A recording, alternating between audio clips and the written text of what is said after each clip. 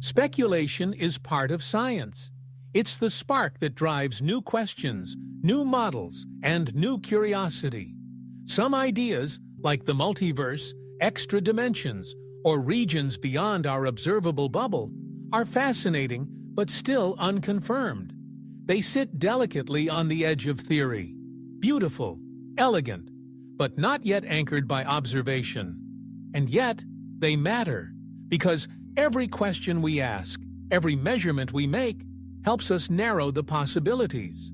It's not about having all the answers, it's about removing what can't be, shaping the landscape of truth through careful refinement. In that sense, science is not just about knowing, it's about ruling out. And with every new satellite, telescope, and equation, we carve away uncertainty. Bit by bit, we sharpen the cosmic picture. And in doing so, we learn something profound. That we live in a universe defined not by the limits of space, but by the limits of information.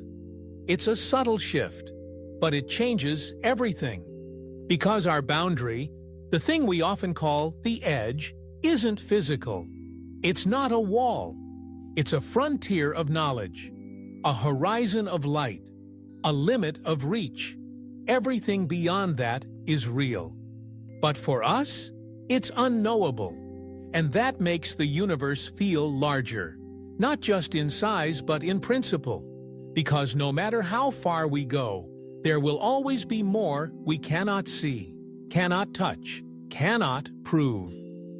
But we try anyway. It's worth remembering that for most of human history, even the next valley was a mystery. Mountains were maps of wonder. Stars were lamps hung in the sky. We asked if they were close, if they moved, if they were gods. Bit by bit, we replaced myths with measurements. We turned wonder into understanding.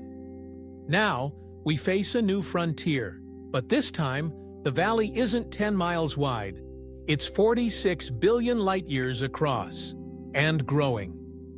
We are once again standing on the shore, looking out at an ocean of uncertainty. But this ocean isn't water. It's silence. It's the absence of information.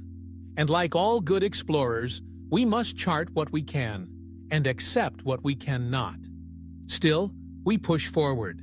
In the next chapters, we'll explore how the universe continues to change, how the accelerating expansion of space affects what we'll be able to see, how galaxies are slipping out of reach, how the night sky of the distant future may look almost empty.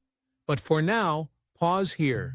Stand on the edge, not of space, but of knowledge. Look outward, and know this: you are part of a species that has learned to measure the invisible, to hear echoes from the beginning of time, to ask questions whose answers may never come, and to do it anyway. That is what makes the human mind cosmic. That is what makes the question itself sacred.